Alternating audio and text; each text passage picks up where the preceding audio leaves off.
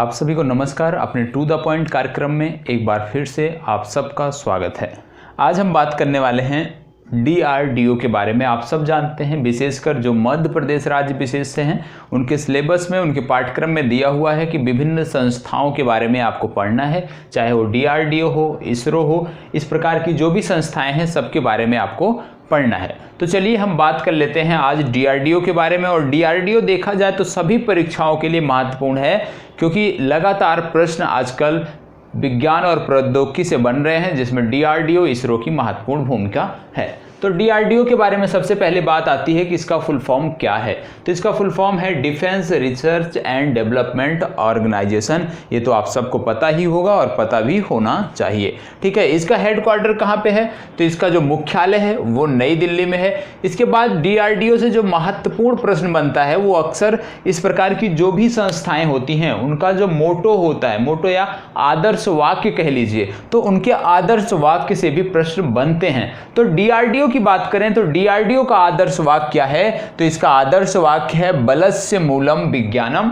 इसको आप संस्कृत में कहते हैं बलस्य मूलम विज्ञानम। इंग्लिश की बात करें तो इंग्लिश में इसको बोला जाता है strength origin is in science. दोनों आपको पता होना चाहिए, संस्कृत वाला भी पता होना चाहिए और आपका ये इंग्लिश वाला भी, दोनों आपको पता होना चाहिए, क्योंकि कभी कभी परीक्षा में हो सकता है संस्कृत में दे दिया जाए मोटो, हो सकता है इंग्लिश में मिल जाए, तो दोनों के लिए आपको तैयार रहना है। इसके चेयरपर्सन है जी सतीश रेड्डी, और जी सतीश रेड्डी को नवंबर 2019 में रॉयल एरोनॉटिकल सोसाइटी द्वारा पुरस्कृत किया गया था। ये भी आपको पता होना चाहिए कि रॉयल एरोनॉटिकल सोसाइटी द्वारा जी सतीश रेड्डी को पुरस्कृत किया गया था। एक बहुत ही महत्वपूर्ण प्रश्न बनता है कि DRDO किस मंत्रालय के अधीन आता है? तो DRDO की जब हम बात करते हैं तो DRDO हमारा मिनिस्ट्री ऑफ डिफेंस के अंतर्गत आता है, मतलब कि रक्षा मंत्रालय के अंतर्गत आता है, जिसके प्रमुख हैं राजनाथ सिंह। ये आप सभी जानते होंगे, ठीक है। अब बात कर लेते हैं उद्देश्य की कि DRDO जब बना तो इसका उद्देश्य क्या था, किन उद्देश्यों के लेकर DRDO का गठन किया गया।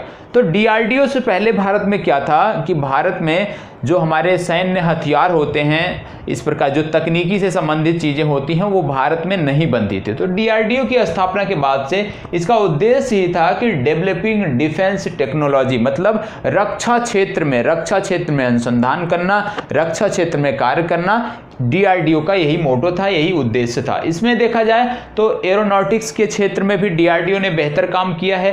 इसके बाद यदि हम देखें इलेक्ट्रॉनिक्स के क्षेत्र में भी बेहतर काम किया है। हमारी चाहे भारतीय सेना हो या भारतीय वायुसेना हो, दोनों के लिए मिसाइलों का निर्माण किया है DRDO ने। इसके बाद DRDO ने अभी हाल ही में एक ड्रोन का भी निर्माण किया है। तो मतलब DRDO रक्षा के क्षेत्र में विविध पैमानों पर खरा उतर रहा है, जो उसका उद्देश्य था। अभी हाल ही में एक प्रकार से देखा जाए तो बहुत ही महत्वपूर्ण बात है कि DRDO ने अपने लगभग 450 पेटेंट थे DRDO को, इसको इन्होंने भारतीय कंपनियों को निःशुल्क वितरित कर दिया है, जिससे भारतीय कंपनियां भी उनका फायदा उठा सकें। तो एक प्रकार से देखा जाए तो DRDO लगातार बेहतर कर रहा है देश की प्रगति के लिए, देश की उन्नति के लिए, और हमें अपने आप को सुरक्षित रखने के लिए भी लगातार मिसाइलों का निर्माण कर रहा है। प्रारंभिक चरण में देखें तो DRDO का जो प्रारंभिक मेजर प्रोजेक्ट जो था वो था सरफेस टू एयर मिसाइल। 1960 में DRDO ने सबसे पहले सरफेस टू एयर मिसाइल के माध्यम से अपनी धाक जो है पूरे विश्व में जमाई, और उसी के बाद से लगातार DRDO प्रयासरत है, लगातार DRDO बेहतर रक्षा क्षेत्र में कर रहा है। इसके बाद यदि आप देखते होंगे, अग्नि मिसाइल का नाम आपने सुना होगा, आकाश मिसाइल का नाम सुना होगा, त्रिशूल मिसाइल का नाम सुना होगा, नाग मिसाइल का नाम सुना होगा। तो ये सारी जो मिसाइल टेक्नोलॉजी हमारी है, ये जो सारी मिसाइलें हैं, इसका निर्माण किसने किया है? DRDO द्वारा इसका निर्माण किया गया है। अभी आपने एक नाम सुना होगा अभ्यास, तो अभ्यास नामक ड्रोन का भी निर्माण अभी हाल ही में DRDO ने किया है। इससे पहले कुछ दिनों पहले आपने सुना होगा कि भारत उन चुनिंदा देशों की श्रेणी में, उन चुनिंदा देशों की सूची में शामिल हो गया है जो दूसरे देशों के उपग्रहों को मार गिरा सकते हैं, और इसको भारत को किसने इस काबिल बनाया? DRDO ने बनाया। भारत सरकार के मिशन शक्ति के अंतर्गत DRDO डीआरडीओ ने इस प्रकार की तकनीक विकसित की कि भारत भी दूसरे देशों के उपग्रहों को मार गिरा सकता है। यह डीआरडीओ की बदौलत ही सफल हो पाया है। इसके बाद यदि आप देखें तो जो करंट अफेयर्स में महत्वपूर्ण चल रहा है वो है सरस इंजन। सरस इंजन जो है इसका निर्माण डीआरडीओ ने CSIR के साथ मिलकर किया है। अभी पिछले 4 महीने पहले बंगाल में एक परीक्षा हुआ था, वहां पे यह पूछा गया था कि सरस इंजन किसके द्वारा बनाया गया है, तो किनका संयुक्त उपक्रम है, तो CSIR और डीआरडीओ ने मिलकर सरस इंजन का निर्माण किया है। इसके बाद आपने सुना होगा, एक नाम सुना होगा, काफी चर्चा में था, रैडर एक्स।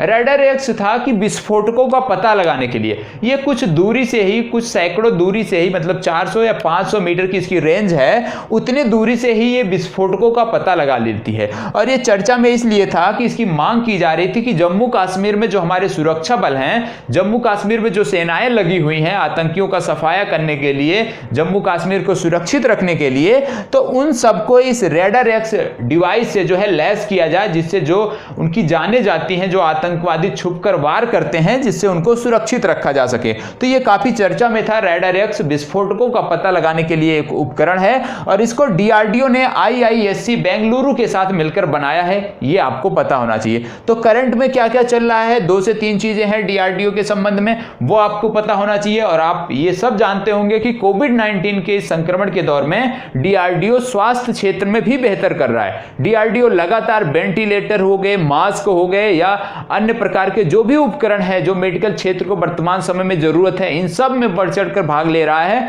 और लगातार प्रयास है कि भारत को स्वास्थ्य क्षेत्र में जो हम उपकरणों का आयात करते थे वो उसमें भी हम आत्मनिर्भर बनाएं। तो एक प्रकार से देखें तो डीआरडीओ लगातार रक्षा क्षेत्र से निकलकर अन्य क्षेत्रों में भी लगातार प्रयास कर रहा है कि भारत को आत्मनिर्भर बनाया जाए, भारत को एक वैश्विक शक्ति के रूप में स्थापित किया जाए। इसके बाद आपको बता दें कि डीआरडीओ की पूरे भारत में 52 लैबोरेटरी है। भारत में 52 लैबोरेटरी हैं, किसकी, डीआरडीओ की। डीआरडीओ में 5000 से ज्यादा वैज्ञानिक हैं जो वर्तमान समय में कार्यरत हैं, वर्तमान समय में कार्य कर रहे हैं। तो डीआरडीओ के बारे में इससे ज्यादा कुछ नहीं पूछा जा सकता। हाँ, इसकी स्थापना कब हुई थी, एक प्रश्न यह भी उठ सकता है। तो डीआरडीओ की स्थापना 1958 में हुई थी, यह भी आपको पता होना चाहिए। तो डीआरडीओ के संबंध में सबसे पहली बात, मूलभूत बात जो आप सबको पता होना चाहिए, कभी नहीं भूलना है, क्या कि इसकी स्थापना कब हुई थी, इसके प्रमुख कौन है, इसका मोटो क्या है।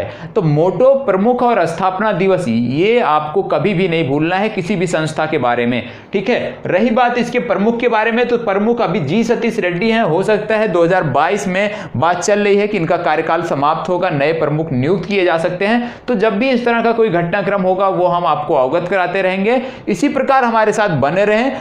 कल फिर मिलेंगे किसी नई संस्था के साथ जो आपके पाठ्यक्रम में है। एक प्रकार से देखा जाए तो ये मध्य प्रदेश राज्य विशेष के लिए महत्वपूर्ण नहीं है, सभी 1 दिवसीय परीक्षाओं के लिए महत्वपूर्ण है, क्योंकि डीआरडीओ हो गया, इसरो हो गया, इन दोनों से प्रश्न आपकी परीक्षा में अक्सर देखने को मिलते हैं और लगातार देखने को मिलते रहेंगे। तो यहीं पे अपनी चर्चा समाप्त करते हैं। नमस्कार, धन्यवाद।